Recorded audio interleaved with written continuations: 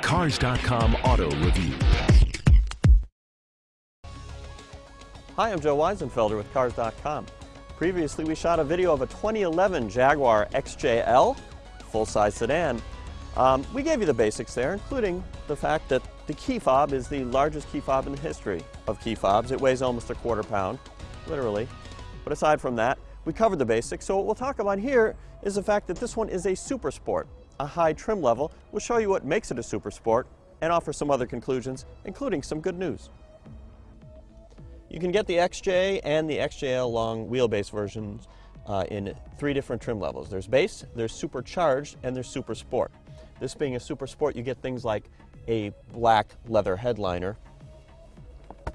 These winged head restraints must be good for something. And some of the other treatments like the wood steering wheel and gloss trim. As a super sport, this car comes with several packages, including the rear seat comfort package. It includes power adjustable rear seats, recline, etc. This also has the executive package, which adds things like this table, which given its height would make it pretty awkward to use a laptop, but hey, whatever you got to do.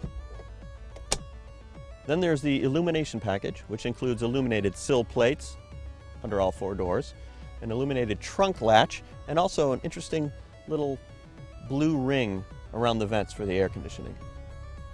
You'll note my ample legroom here. This is because it's an XJL, long wheelbase, for which you pay about $7,000 more. Here's the thing, you really don't need it.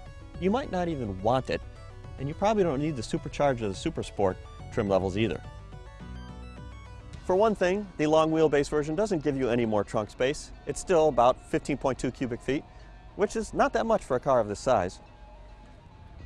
Then there's the issue of the wheelbase. Shorter wheelbase makes it a more fun car to drive. This is actually one of the best cars to drive of its class. I like it better than the 7 Series from BMW, Audi A8, Mercedes S-Class. Great to drive. And then there's the issue of power. The 5-liter V8 has 385 horsepower in the regular version, 470 in the supercharged, and 510 in the super sport. You don't need that much. The base one does 0 to 60 in 5.4 seconds. How is that not enough? The supercharged does it in 4.9, and the super sport does it in 4.7. More important than that, it's just too much power for a car like this with rear-wheel drive, makes the rear end scoot out. You might think the most expensive car is the best, right? Actually, not true. In this case, I think the best one is the regular XJ without the supercharger, short wheelbase, fun to drive, one of my favorites. The good news is it saves you 1 to 2 miles per gallon to not get the supercharger, and it saves you a lot of money. This one starts with the short wheelbase at $74,000.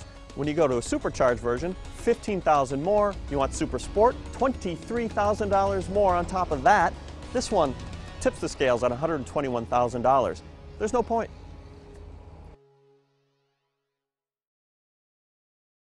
For more car-related news, go to Cars.com or our blog, KickingTires.net.